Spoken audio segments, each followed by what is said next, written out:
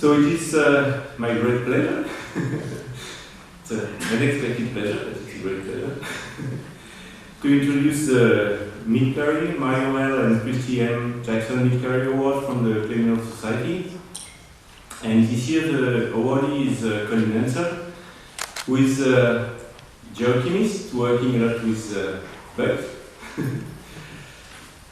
She started her career in soil and mineralogy, doing her PhD at Stanford at first, and now she's working at wood salts, so more on the organic side of the work, still working on what I've known most of her work is microbial oxidation of manganese oxide. Don't ask me why. And so she will give this presentation now. So, Colleen, please. Great. Well, thank you all for coming, and it's a pleasure to be here, and I'm very honored to have been nominated to receive the Jackson Mid-Career Award, and to get to come here today and to share with you some of the research my group has been doing over about the last 15 years or so, exploring the role of microbes in the oxidation and the precipitation of manganese oxides. And so I'm going to not dive too much into the nitty-gritty details of any one process or any one aspect of what we're trying to do, but overall just kind of give you a summary of kind of what we've been exploring over the last 15 years in this general topic area. So I probably don't have to tell many of you in the crowd here that manganese oxides are an important mineral within the environment, and they're found within lots of different types of ecosystems and as different types of deposits. And so here I'm just showing a splattering of some of those different types of deposits. Within soils we find them as manganese oxide particles and small nodules. Within lakes and ponds we can find these manganese oxides floating within the water column. And most of my work focuses on the deep sea and in coastal sediments where we find manganese oxides forming ferromanganese crusts and nodules. And also we can find rock and desert varnish within arid and subarid regions where you get these very thin manganese oxide-like veneer surfaces on rocks and sediment surfaces that have been found throughout our Earth's global deserts, as well as, most recently, deposits that resemble rock varnish on the surface of Mars. And despite the fact that we find manganese oxides forming lots of different types of deposits throughout the global Earth, we know actually very little about how these deposits are actually being formed within the environment. What are the underlying processes that are responsible for the formation of these manganese oxides? And so what I'm depicting here is just some cartoon showing you what we think are the dominant mechanisms at play. And so on the left-hand side, you have the reduced form of manganese, manganese 2, and then on the right, you have the fully oxidized manganese 4, which will spontaneously precipitate out as manganese oxides. And then in the middle is manganese 3 as the intermediate oxidation state. Now, the first step of manganese 2 going to manganese 3, that first oxidation reaction is actually prohibited in the presence of oxygen. So unlike iron, if you have iron in solution, you introduce oxygen, it's going to spontaneously oxidize very rapidly over most pH ranges. Manganese is not the case. You can have a beaker full of manganese 2 sitting on your lab bench for years, and that solution is not going to oxidize in the presence of oxygen. The manganese 2 ion is very stable. And so it's believed that that oxidation process needs to be catalyzed or induced by some sort of reaction in the presence of oxygen. And a number of those reactions can include, for instance, complexing the manganese 2 to a ligand, for instance, inorganic or organic ligands. You can complex manganese 2 onto mineral surfaces, such as hematite has been shown to induce the oxidation of manganese. And then a number of different microbes have been shown to be able to catalyze the oxidation of manganese to manganese 2 to manganese 3. More recently, it's also been shown that photochemistry or light-induced reactions have a dominant and, if not, under-recognized role in manganese oxidation. And this includes the photoexcitation of organic matter in the presence of oxygen, as well as the photoexcitation of nitrate, where you can get the production of a reactive oxygen species called superoxide. A superoxide is an oxygen radical that forms when you donate one electron to molecular oxygen. It's highly reactive and reacts very rapidly with manganese 2 and forms manganese 3. This second step, going from manganese 3 to manganese 4, we actually know very little about. And we know even less than we know about that first step.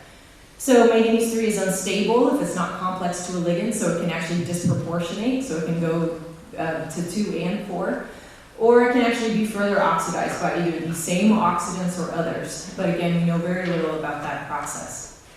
And despite not knowing very much about this process, it's actually been stated that most manganese oxidation within the environment is believed to be microbially mediated. And that's because it's believed that that is the fastest reaction, but we're going to come back to that in a little while. And microbes that can oxidize manganese encompass 3 kind of dominant groups. And the first one, and the least unknown and unexplored, are phototrophs. So these are photosynthesizing organisms, or photosynthetic organisms, that are autotrophic, so they live by utilizing light.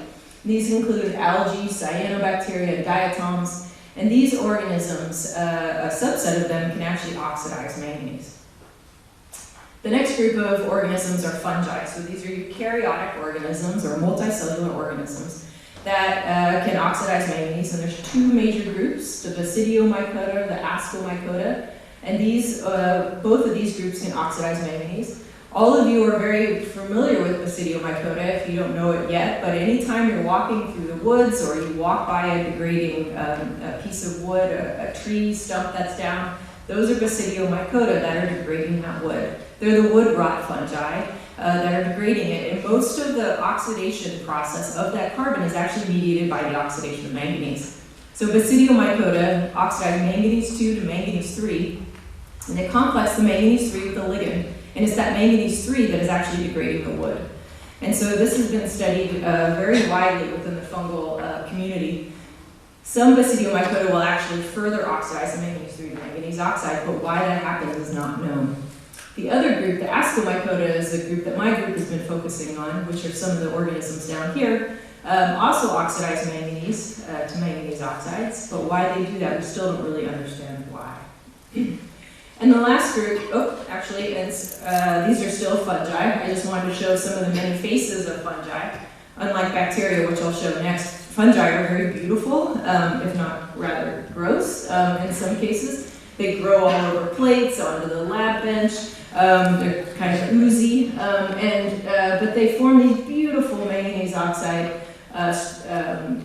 morphologies on these are petri dishes where in the center of the plate we stab the culture, the fungal culture, and these ascomycota, they grow like plant roots. So they have hyphae, so they're filamentous fungi, so they grow out from that central inoculation point, and their active enzymes are at the tip, so they're oxidizing manganese at the tip, and then they keep growing out from that. And so they form these beautiful ring-like structures. And these little ball-like oxides, these are forming around spores. And so they form these different types of structures depending on the morphology of the fungi. And lastly are the bacteria. And these are the most widely studied group of manganese oxidizing organisms, and primarily within marine systems. So not as much is known within freshwater soil systems for bacteria. But this has been shown to, manganese oxidizing bacteria have been shown to be pervasive throughout the bacterial domain, so it's pretty widespread amongst the different types of species, and also the different types of bacteria. So we have organisms that form kind of these like leptothrix-like species, spore-forming organisms, as well as your typical rod-shaped organisms, which I'll come back to in a little while. When we talk about manganese oxidation, people typically think about this being a metabolic process, and I want to step back for a minute and just talk about iron. So everybody thinks that an iron oxidizer or manganese oxidizer are kind of synonymous, that if you oxidize iron, then you're going to oxidize manganese as well. Well, when we think about metabolism and why an organism would oxidize a metal and produce a mineral in that process, you have to think about the metabolic process in general. So we're all heterotrophs. We oxidize carbon and we breathe oxygen. And along the way, we gain energy for function and to do our metabolic functions. Well, iron oxidizers are also respiring, but they're respiring, instead of carbon, they're respiring iron. So in this process, they're oxidizing the iron, forming iron 3, and they're breathing oxygen, forming water. And in that first step, they're actually gaining energy from the process, and along the way, they're forming iron oxides. Now, it's believed that they're not really trying to form the iron oxides, it's just a consequence of the fact that they're trying to oxidize the iron for gaining those electrons, for gaining that energy. And that has big implications for the environment, for forming iron oxides under different types of ecosystems. And so these are organisms that are known to do this metabolism. They are actually gaining energy, they're making a living by oxidizing iron. Now to bring us back to manganese, this is not the case. So all manganese oxidizers are just like us. They're all just heterotrophs. They all oxidize carbon and they all breathe oxygen. And along the way, we don't know why, and we actually don't really know how very well. They're just oxidizing manganese as a side reaction, which is kind of a weird thing to do, because this is an enzymatic process. And you typically don't think about microbes making enzymes and doing something if it doesn't provide some sort of physiological benefit. Why would you invest energy to do something if you're not gaining a benefit from it? So here, manganese oxidizers all oxidize carbon, they breathe oxygen. They're gaining energy through the oxidation breathing process. They're not getting any energy from this process. Now, for a really long time, this was kind of a conundrum. And this was one of those things you sit around at the bar and you try to come up with kind of some clever reasons for why an organism would do this. Like, why would I want to make manganese oxides? Well, it's to scavenge metals, or it's to protect me from UV radiation, or it's, all these fun things that we would try to come up with. And you would look at the energetics of the reaction and say, well, okay, so when we think about life, what you want to do is you want to write out the two half reactions. You can combine them and you look at the energetics of that reaction. You say, okay, I'm oxidizing manganese, I'm reducing oxygen and forming manganese oxides, and that reaction at a pH of 7 gives me about 70 kilojoules per mole. Well, this is enough to sustain life. This is well over the limit that can sustain life. So as a microbial ecologist would look at this and say, well, there's no reason why this isn't a metabolic niche for some microbe to be out there to do this as a metabolic reaction. But it was about, I guess 9 years ago now, that George Luther said, well, you're actually thinking about this the wrong way, because enzymes aren't doing 2 electron transfer reactions, right? We're not going from manganese 2 to manganese 4. And we all know now that all microbes are actually oxidizing manganese via 1 electron transfer reactions. They're doing manganese 2 to 3, then to 4. So you actually have to be thinking about the energetics for that first electron transfer reaction. And so this is a schematic out of one of George's papers showing you the energetics over pH of iron oxidation and manganese oxidation as a function of pH. Anything over this line is not energetic, or is energetically favorable. Anything below is not. The red lines are all iron. So anything above about 5.5 or so, iron oxidation, that first electron transfer reaction, is thermodynamically viable. It's an energetically favorable reaction. But you can see for manganese that you've got to get up to 8.5 to 9 for that first electron transfer reaction to be energetically favorable. Now, for most environments, this is out of the physiological range of microbes. So it makes a lot of sense, therefore, that microbes aren't able to catalyze this reaction because it's just not an energetically favorable reaction. Now, there's some nuances to that, which I won't get into now, but if anybody wants to talk about it, I'd be happy to. Because there are ways for microbes to get around these types of scenarios. But let's just say that in this case, what we're going to say is that that first energetic, that first electron transfer reaction is what's energetically prohibiting microbes from making a living on oxidizing manganese. So I got really interested in manganese oxidation during my postdoc, which I started in 2004. And I started studying an area outside of Monterey Bay where there's a slough called Elkhorn Slough, which had very high manganese concentrations. And that's because the slough was surrounded by agricultural fields. There was high manganese, not only within the bedrock and the soils within the environment, but also within some of the fertilizer that they were adding to the strawberry fields. And so these are the sediments surrounding the slough. You can see those kind of are resembling that desert varnish type of look where you get these manganese oxide veneers on the surface during the dry season. And I wanted to look at the manganese oxidizers that existed along this salinity gradient, where you had fresh water at the head of the slough, and then a full marine seawater as you entered into Monterey Bay. And what we found was that throughout most of the slough, we were finding one dominant manganese oxidizer that we were getting within the slough, and it was a group of organisms called the Rosiobacter clade. Now, this is a very widespread group of bacteria that exist within marine ecosystems. And actually within some coastal environments of the ocean, it can make up to 35% of the total bacterial population, which is a huge percent of the population. So it's an abundant microbe within the ocean. And we were finding that not only were these Rosiobacter species oxidizing manganese, they were doing it at a rate that was faster than any other manganese oxidizer that was in culture to date. And so what I'm showing on the left-hand side is one of the species that I ended up focusing a lot of my postdoc on, and now since my career on, is AZWK3B, which I have streaked here on a plate on the left, which you can see this brown coloration, those are the manganese oxides. And then a species here on the right, which I'll come back to in a little while, where there's no manganese oxides.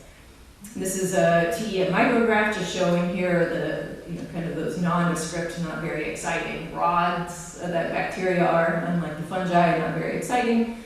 But you have this bacterial rod, and then these are the manganese oxides forming extracellularly of the cell, so they're forming outside the cell. Now, I'm not a microbiologist by training, I'm a geochemist, so I was very happy to find out that actually I didn't actually have to study Rosiobacter when I first got into this project.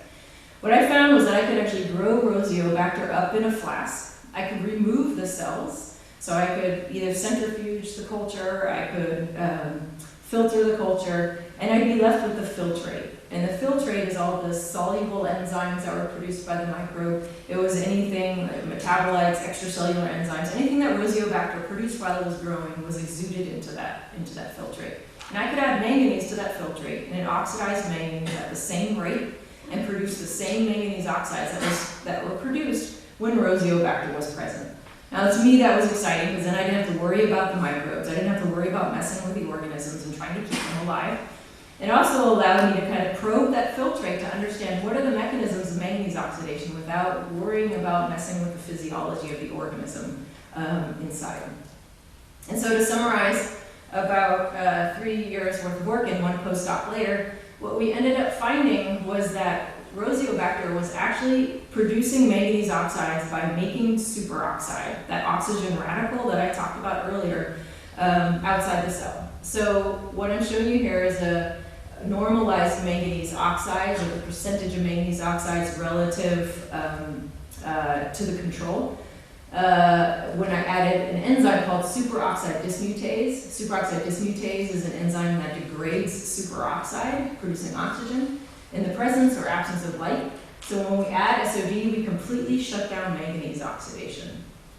And what we showed was that the amount of manganese oxidation decreased as a function of the amount of SOD that we added. So as you increased SOD concentration, you would decrease manganese oxidation.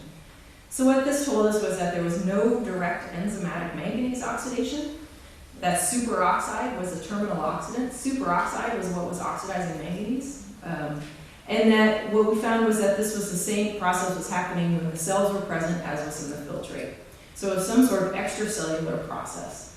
And so I had that reaction written up here. Now, I'm not going to dive too much into this, but this idea that superoxide is being produced by a microbe extracellularly and inducing this manganese oxidation process was new at the time and very exciting. And since then, my group has become rather obsessed with this whole process of extracellular superoxide production, and we've have a number of projects looking into that, but I'm not going to focus on that today. But instead, what we found was that that superoxide and manganese oxidation was mediated by an enzyme within that filtrate. So what we did next was we took that filtrate and said, okay, well, let's add a protease. Proteases are enzymes that chop up proteins, rendering them inactive. So you can look for enzymatic activity. So when we add a protease, we get no manganese oxidation relative when we don't have any manganese or any protease present. So what that told us was that There was an extracellular protein that's exuded into the filtrate when the Rosiobacter is growing that produces superoxide that oxidizes manganese and makes manganese oxides. And so by identifying this Rosiobacter species, or isolating this Rosiobacter species, what we ended up doing was identifying a new pathway of manganese oxidation, where this Rosiobacter, depicted by this brown blob up here, is producing an extracellular enzyme that donates an electron extracellularly to oxygen, making superoxide that oxidizes manganese 2 to manganese 3. The second step, we don't actually still know exactly how that second oxidation step is happening, but in that process forms manganese oxides. So what we have is an indirect manganese oxidation process, this coupled biotic-abiotic process that's leading to the formation of manganese oxides. I'm not going to talk about it today, but the enzyme, we've identified what this enzyme is, and it's an NADH oxidizing peroxidase, which is an enzyme that also has the ability to degrade hydrogen peroxide, which I will also come back to in just a little while. So to come back to this paper in 2010 by George Luther, when he said, okay, oxidation of manganese 2 to manganese 3 by oxygen is not thermodynamically favorable, he also showed in that paper, but if you use superoxide as the oxidant and not oxygen, it actually is. All of those black lines depicting the manganese oxidation processes are now all over that line. They're all thermodynamically viable processes. So that first oxidation step from manganese 2 to manganese 3 by superoxide is a thermodynamically viable process over a huge pH range, indicating that superoxide could be a dominant process by which manganese is oxidizing in the environment and has been overlooked for a really long time. And since that time, actually, since the original discovery of Rosiobacter, there's been a number of other organisms that have been shown to oxidize manganese via the same process.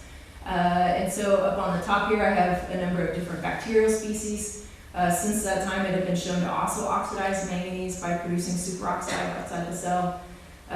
This one is really interesting. This was just shown a few years ago by a group in China where they had 2 different species that don't oxidize manganese and produce manganese oxides when they're alone, but when you put them together, they produce superoxide outside the cell as some sort of cellular warfare, and in that process, they end up making manganese oxides. We've shown it for a number of different fungi, as well as phototrophs. So these are different algal species that also produce superoxide and oxidize manganese along the way. So I should come back to, so does the fact that producing superoxide outside the cell, does that confer the ability to make manganese oxide? So does that mean if you can make superoxide outside the cell, does that mean you're going to make manganese oxides? And so I'm going to come back to this original plate that I had showed you where I had my Rosiobacter isolate on the left-hand side and another organism on the right. And this is actually a species called Rugeria, and this is an organism that's within the same clade or the same group as my Rosiobacter species. It's actually 98% similar on the 16S rRNA level. And it also makes superoxide, so these are the superoxide production rates by each of these organisms. It actually makes more or produces it faster than my Rosiobacter. But as you can see, it does not make manganese oxides. And no matter what I do, I can't get this organism to actually make manganese oxides. So no, superoxide production does not confer manganese oxidation, or at least doesn't confer the formation of manganese oxides. And in fact, as I said, I'm rather obsessed with superoxide production now, and my group has, over the last 6 or 7 years, we've compiled a rather large database of all the organisms that can make extracellular superoxide, and it's extensive. Pretty much everybody does it. So these are extracellular superoxide production rates of a number of different organisms. Most of these are marine organisms. So we have bacteria, cyanobacteria, diatoms, cryptophytes, coccolithophores, and algae. Organisms from all over the oceans. We've also shown this for corals and sponges.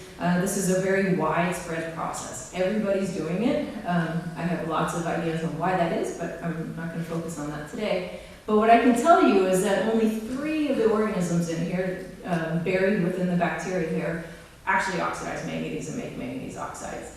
And so obviously this is not, they're not coupled one-to-one. You can't, if you make superoxide, it doesn't mean that you're going to make manganese oxides. So there's something else obviously going on here. And so I always like to come back to the chemistry. So get rid of the microbe again, because they're just messy and they complicate everything. And so really, if all Rosiobacter is doing is making superoxide, everything downstream of that is just chemistry. So I should be able to replicate that in the lab. I should be able to make superoxide, add manganese, and then make manganese oxides. It should be that simple if it's just purely chemistry. And so here is the reaction that I was trying to replicate within the lab.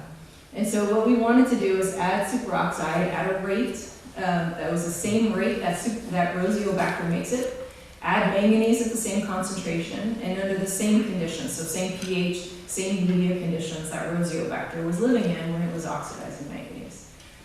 And so we did that, and so here I'm showing you the concentration of manganese oxides for these conditions. Here I used a superoxide thermal source that produces superoxide at a rate that's consistent with the concentration that you add, so we added it at a concentration that would mimic the rate of superoxide production by Rosiobacter. And as you can see, that liquid is clear, so we got no manganese oxidation. And here I'm showing you the 24-hour data point, but we waited several days and we had no detectable manganese oxidation. So we looked back at our equation and we said, okay, well, so again, we're missing something, and said, okay, well, the first oxidation step, you get manganese 3 and hydrogen peroxide. Well, hydrogen peroxide is another oxygen radical or reactive oxygen species, but unlike superoxide, hydrogen peroxide is a strong reductant, so it actually can reduce manganese 3. So maybe what's happening is the hydrogen peroxide is reducing the manganese 3 back to manganese 2, and so we have a little cryptic cycle going on here, where the superoxide is oxidizing manganese 2 to manganese 3, but it's getting reduced back so fast we're not seeing it, and it can't go to manganese oxides. So we added catalase. Catalase is an enzyme that degrades hydrogen peroxide, and what we see is the formation of manganese oxide. So we get that yellow hue that's indicative of the manganese oxides, and the stained blue with LBB, which is a stain that's selective to manganese oxides. And so we get the formation of manganese oxides. If we boil the catalase, rendering it inactive, we show that we get no manganese oxidation, saying that it's not just some non-specific thing that the catalase is doing, we need the catalase to be active. If we add catalase plus SOD, that enzyme that degrades superoxide, so we're degrading both hydrogen peroxide and superoxide, we get nothing. So what that told us was that we need two things. We need superoxide to be there, and we need hydrogen peroxide to not be there. So that's what we need to make manganese oxides. And so what we have is this really interesting coupling between the reactive oxygen species cycle and the manganese cycle, where we have superoxide oxidizing manganese 2 to manganese 3, but hydrogen peroxide will re-react with the manganese 3, forming manganese 2. And so this will just keep shuttling around and spinning around, and manganese oxides won't form. And so for microbes to be able to make manganese oxides, you have to get rid of that hydrogen peroxide. You've got to allow that reaction to go to fully go to the right here. And so what we have is manganese essentially acting as an antioxidant. So it's degrading reactive oxygen species at a very fast rate. The other thing we thought was, well, we could also be needing to stabilize manganese 3. And this is something we're actively exploring right now, so I don't have a lot to show you at present. But before I go into that, I should say that we've also shown that Rosiobacter in fact degrades hydrogen peroxide extremely fast. So what we did was we went back to Rosiobacter, we looked at the culture, the filtrate, and we also took the filtrate and we ultrafiltered it. So we got rid of all the proteins in there. So we were only looking at the small molecules, and then we boiled it. And so we spiked in hydrogen peroxide and we measured the decay rate. And so what we can see is a really rapid decay when the cells are present, when Rosiobacter is present. Within the filtrate itself, we still have very rapid hydrogen peroxide decay, and when it's boiled or when you remove the proteins, we have less or very minimal decay. And so what this tells us is that there's a very rapid decay process within the Rosiobacter filtrate mediated by the proteins, which we've since shown is also that peroxidase that's responsible for the formation of the superoxide. And as I said, we're also interested in trying to understand whether or not we need to stabilize that manganese 3. So we've been working with a colleague at Woods Hole who has been defining a new technique for actually identifying, isolating, and characterizing metal organic complexes and using an HPLC ICP-MS method, which he's actually been developing for iron, and I've kind of twisted his arm to also develop it for manganese. So we've been using a radioisotope of manganese, manganese 55, where you can spike into your sample, and then you can separate this out by HPLC, and you can look for a manganese 3 ligand complex. Now, once we have that separated out, we can separate that, fractionate it, and then send it into into an Orbitrap mass spec, and identify essentially what that ligand complex is, which is hopefully what we're going to be doing over the next year. But what I'm showing you here is just some preliminary data, showing you the blue data is this Rosiobacter filtrate that was spiked with manganese, and that organism that was on the plate with Rosiobacter that did not oxidize manganese, but also produced superoxide, as well as some media blanks. So you can see our Rosiobacter has this manganese 3 ligand that's coming out of the column, whereas we have no manganese 3 complex coming out for our other superoxide producing organism. So we believe that on top of having to degrade hydrogen peroxide, we believe that there might be a ligand complex that's helping shuttle this and allow for the oxidation of manganese. Okay, so I know I'm at a clay mineral conference, so I really should talk about the minerals at some point. And so I want to talk about the manganese oxides that Rosiobacter is making. So initially, after the first 4 hours, Rosiobacter, what we find is this kind of yellow hue that's forming. So the media goes from a clear color to this kind of yellow color, and as we look via TEM, what we find are these very small, almost colloidal type manganese oxides that are forming. And as we look via high resolution TEM, we find very low crystallinity of these manganese oxide particles. Over time, if you give it another a day or up to 3 days, what we find is that yellow hue goes away, and we get the formation of these typical black particles that start to form within the media culture. And as you can see via the TEM, we now have clear crystallinity that's developing in lattice fringes within the TEM images. My group focuses a lot on X-ray absorption spectroscopy, so we do a lot of work at synchrotrons where we characterize using Zanes and XAFs. And by looking at these, we've shown that the initial manganese oxides that are being formed have lower manganese 3 contents, somewhere around 20%, and are dominated by a hexagonal bernicite type phase. And then over time, that ripens over to a triclinic bernicite type phase and a higher manganese 3 content. We actually get distortion of the phylomanganate sheets and increase in the beta angle of the sheets. Yep.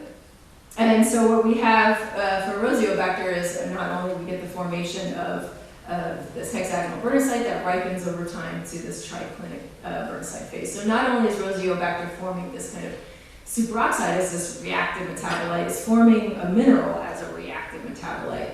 We've also showed that these hexagonal bernicite phases are actually extremely reactive. And so I'll show you some of that data. So here we have manganese oxides being formed over time, where we've collected the manganese oxides over time. And here we've, by ultracentrifugation, collected these colloidal type deposits after 20 hours, and then the particles that were forming after 40 hours. And then we looked at the reactivity of those different manganese oxides for different redox processes. For instance, we've looked at chromium oxidation, which I won't talk about today, but we've also looked at its ability to catalyze further manganese oxidation.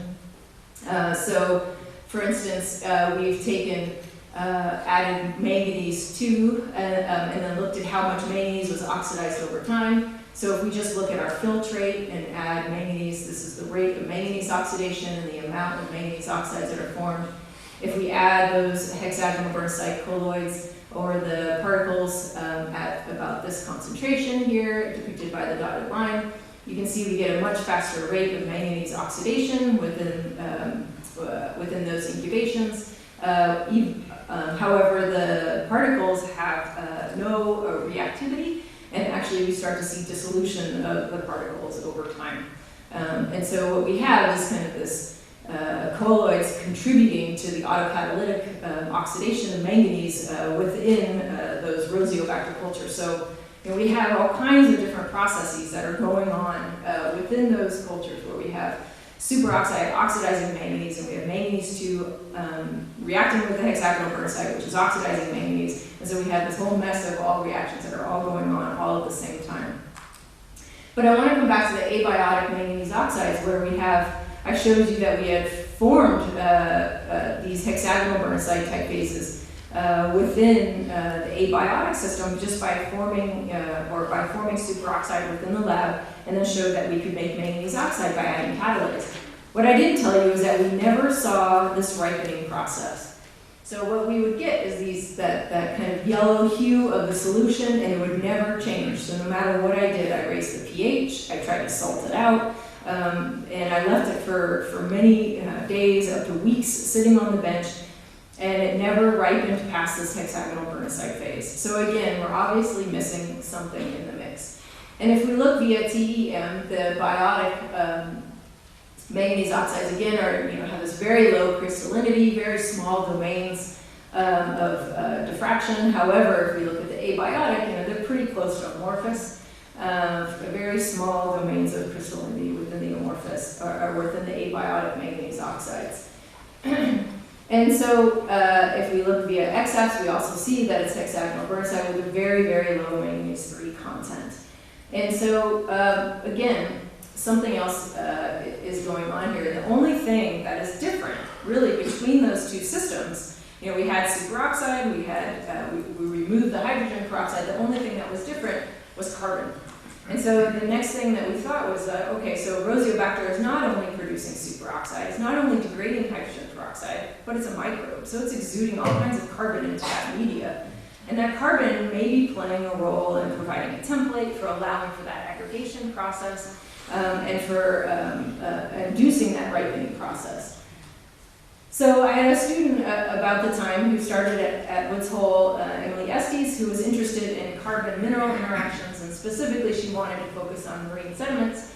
But I coerced her to spend at least a little bit of time looking at these manganese oxides produced by the fungi and by rosiobacter, and said, okay, well, let's do stick some NexAfs on these manganese oxides and see if we can look at some of the carbon that's associated with these manganese oxides. So here are some transmission images showing the rosiobacter manganese oxides, and here's the carbon map, and here's the manganese. You can see that they're correlated, overlapping. And here is the carbon NexAfs spectra as well as the nitrogen. I'm not going to dive into all the modeling of this data today. It would take too much time, but so I mainly want to just kind of direct your eye to some of the spectral features. On the bottom here, I have the different rosiobacter manganese oxides over time. So starting with the young oxides ripening up towards triclinic bernicide on the top. The main thing you can see is they don't look any different. The carbon NexAf spectra look identical over time. So even though the manganese oxides are ripening, the carbon is not changing. Also, what you can see is the main peak here. This corresponds with the peak for a carboxylic or amide peak of carbon, and this, hit the wrong button. This is mostly consistent with a protein-like peak here that you would find, again, for carboxylic or amide functionalities. And to confirm that, what we did was we did nitrogen NexAfs, where again you can see that we have a nice correspondence between our protein standard as well as our rosiobacter standards. And so Emily also said, okay, well, let's look at the homogeneity of these or heterogeneity of these. So she took the particles and she looked at different regions of the different manganese oxide particles, and then looked at the carbon spectra, and what we could find was that there was really very similar carbon spectra regardless of where you were on the manganese oxide particle, indicating that it was pretty homogeneous throughout. And so what she did next was said, okay, well, I want to grow large amounts of rosiobacter, get large amounts of these manganese oxide particles, extract the organic carbon, determine how much carbon there is, how much protein is there, and then can we identify what the proteins are. And so what she did was found was that it was about 4 to 13 milligrams of protein per gram of manganese oxides. And we actually identified what those proteins were by sequencing them, and found that they were actually the same enzyme. There's actually the enzyme that makes the superoxide. So what we kind of have is this kind of Swiss Army knife of enzymes. So we have an enzyme that makes superoxide, degrades hydrogen peroxide, and seems to be involved, at least in theory, with the precipitation process of the manganese oxides. Now, this enzyme I'm not going to focus on too much, but it's a peroxidase. I should say that it has calcium binding domains, which are consistent with the ability to be able to also bind manganese. So this idea that carbon could be playing a template was also something that we were kind of following up on some of the fungal manganese oxidation work that we were doing.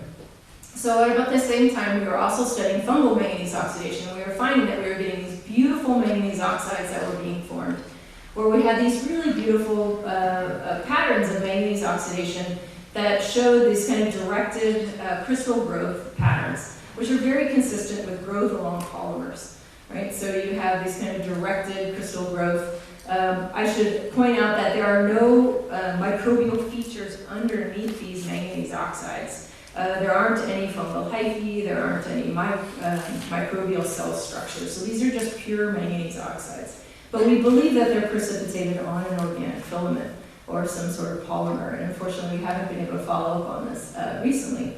But we do have some stick-some work on that, just to show that on the bottom here are two bacteria where we have, again, this dominant peak that seems to correspond most likely with the proteins, whereas the fungi seem to have a peak at a higher energy, which is corresponding with O-alpha-C, which is more consistent with lipopolysaccharides or some sort of polysaccharide-like component within the carbon.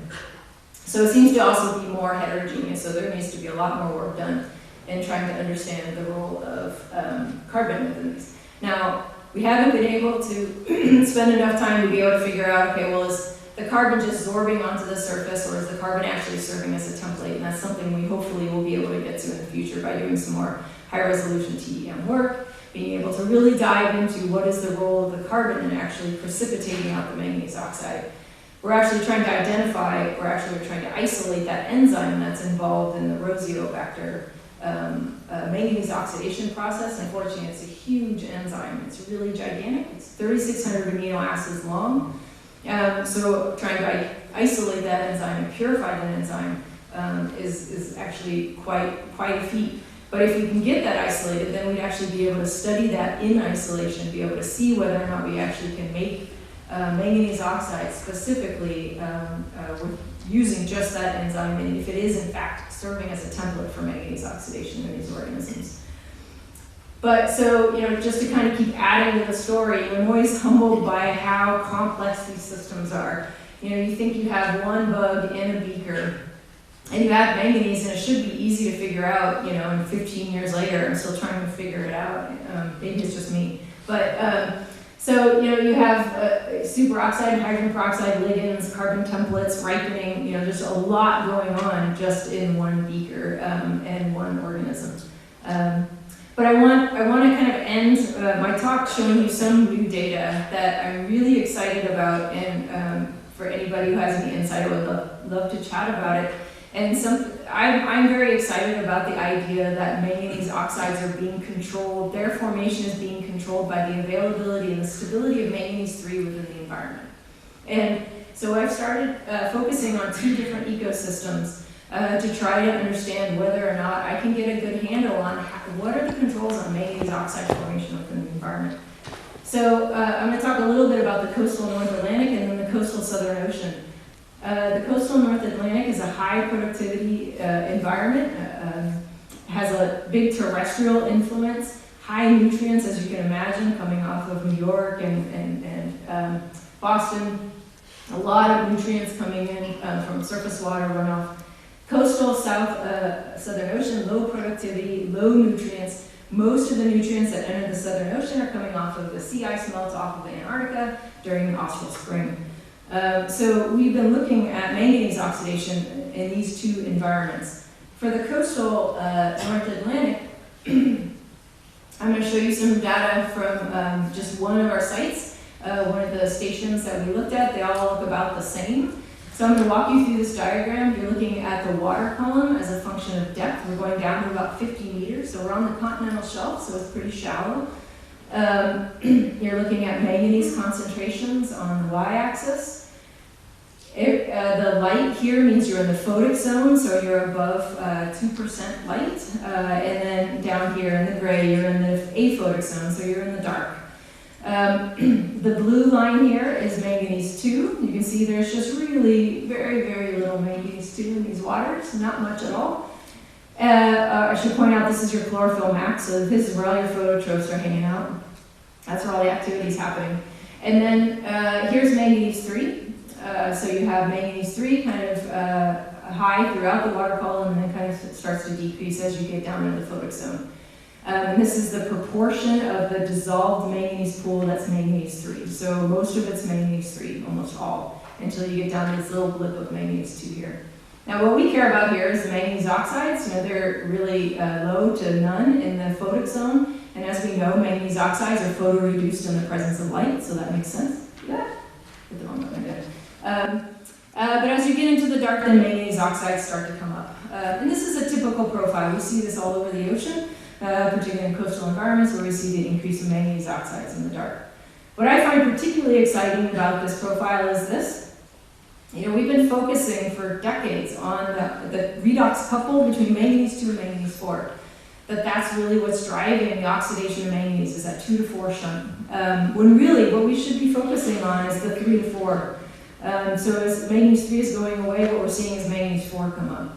And all of our manganese oxidizers that we have in culture have been isolated using manganese 2. We haven't actually ever tried to look for a manganese 3 oxidizer. We haven't focused on any of the manganese 3 oxidation processes at all. As I said, we know very little to nothing about the manganese 3 oxidation process. When really, I think this is the redox couple that's driving manganese oxidation within the environment.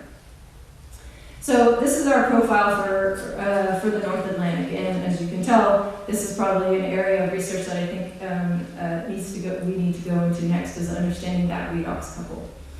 But what I want to talk about next is the Southern Ocean. So here's the same type of profile for the Ross Sea here.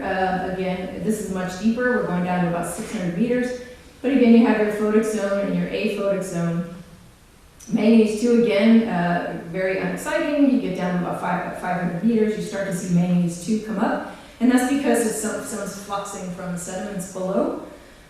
And you have manganese 3, kind of, you have a decrease a little bit at the surface, but kind of stable, and then increasing, again, probably coming up from the sediments. And manganese 3 is the dominant pool throughout the whole water column. So manganese 3 is really dominating the show. What's not on this figure is manganese oxides. That's because there are none. There's no manganese oxides at all. We filtered liters and liters and liters and liters of water and could not find manganese oxide particles at all. And so what we ended up doing was going through the water column and filtering about 100 liters from a number of different depths, and then brought them to the synchrotron and said, okay, well, let's just look and see whether or not we can see any oxidized manganese at all. And so what you're looking at is just some Zane spectra. So the black are some standards, manganese 2 and manganese 4. And this is what a typical Zane spectra for these look like. It's all manganese 2. And this is a table showing that we have, some of our samples got up a little bit higher. We're getting some of the samples up to about 2.8. So maybe a little manganese 3 in there. So what we have is a completely reduced manganese profile. So that manganese 2, I should say that those particles, what we're getting are diatoms, we're getting bacteria, the particles are not just minerals, they're going to be all of the biomass that's in there. So probably all that manganese is bound up within the microbes, right? But for whatever reason, manganese is not getting oxidized, and it's all being stabilized as manganese 3. So why would that be? Well, either we're not getting hydrogen peroxide degradation, maybe there's no degradation of hydrogen peroxide in the system. I went to Antarctica about 5 years ago and I measured superoxide concentrations there, and it's super high, they're really high. So there's lots of superoxide around, Unfortunately, I didn't measure hydrogen peroxide degradation, so I don't know. Maybe it's just getting too high and it can't, and it's too high for manganese oxides to form. Maybe the ligands there are too strong. Maybe it's stabilizing manganese 3 and not allowing for that further oxidation of manganese oxides. Or maybe the microbes just can't make that second step happen. Maybe there's something about the microbial community there that's different. And I'm just showing you a plate here. So manganese oxidizers are everywhere. You could go out to the soil outside right now and take a scoop of sediment and spread it out on a plate, and this is what it would look like. You would get kind of a bunch of disgusting growth all over the surface, and these little black dots here, these are manganese oxidizers. And this is just from a local pond in Woods Hole where we do a lot of work. This is the water in Antarctica. There was no black dots, no manganese oxidizers. We couldn't get a manganese oxidizer to grow. So there's something about this system that's not allowing manganese oxides to form, and we don't know why. And we're hoping to figure that out. And I'm just going to end by saying that this has huge consequences on the ecosystem in general, because if you can't get manganese oxides to form, that has a big impact on the ecosystem, on the ocean in general. So as all of you I'm sure know, manganese oxides are the scavengers of the sea. So they are scavenged nutrients, they scavenge trace metals, and they contain a disproportionately high amount of trace metals to the surrounding seawater. And so this is a typical trace metal profile for things like cobalt, copper, zinc within the ocean. In the surface water, it's really low, and that's because organisms are taking it up and they're using it in the surface waters. And then it increases a little bit during carbon remineralization, and then it decreases really rapidly with depth. And that's because manganese oxides form and they scavenge it, and then manganese oxides sink to the bottom of the ocean and they go to the sediments. And so the manganese oxides are scavenging trace metals. And so cobalt, for instance, looks like this. This is what cobalt looks like in the Southern Ocean. It looks like this. And so it's not getting scavenged. And we believe now, and this has been known for decades, that the trace metals in the Southern Ocean don't get scavenged. And it wasn't known why. And we believe now we know why. It's because manganese oxides aren't being formed. And so without those manganese oxides, cobalt is not getting scavenged and it's building up within the water column. And so we're hoping to be able to go back. Of course, it's not easy to just make a little jaunt over to Antarctica. So we're hoping to be able to go there, get some more funding to be able to go there and test out this hypothesis and see whether or not manganese oxides are really governing the trace metal inventory of the Southern Ocean. And with that, I'm going to end and say that I've been incredibly fortunate to have an amazing group of students and postdocs over the years who have done all this work, and very little was actually done by me. And without them, this wouldn't have been possible, and including my collaborators and funders. And again, I'm very honored to be here and to have won this award. Thank you all for listening, and thank you.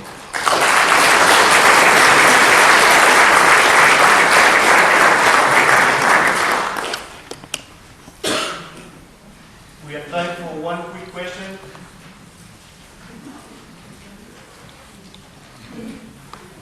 Yeah. Wait for the mic.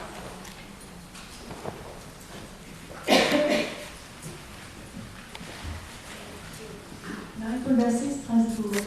You spoke of the manganese oxides in modern times, and did you study some manganese oxides in Archean times, and what is your solution for the formation? That's a great question. Okay, so I have not done a lot of work trying to understand the processes of manganese oxidation in the past. I've been trying to work more recently on developing tools to use as biosignatures of manganese oxides, and then can we use those to look into the rock record to identify what are the signatures of manganese oxidation. So I have a student, Kevin Sutherland, there on the bottom right, who is working on looking at the oxygen isotopes within manganese oxides, and whether or not that can actually be a signature of the manganese oxidation process. And we're actually finding that direct enzymatic oxidation versus superoxide versus abiotic is actually quite distinct. So by looking at the oxygen isotopes within manganese oxides, we may be able to go back into the rock record and look However, of course, you have to worry about diagenesis and whether or not you get alteration of the products. And so that's something we're currently working on. But he's been characterizing some ferromanganese crusts, and we can see that we actually retain those oxygen isotope signatures back millions of years. So there's a potential that we might be able to look into the rock record, but that's as far into the past as I've gone, is trying to look at these kind of oxygen isotope biosignatures. Does that answer your question? Yeah. So thank you very much. I'm afraid we have to move on. And thanks again to Colleen for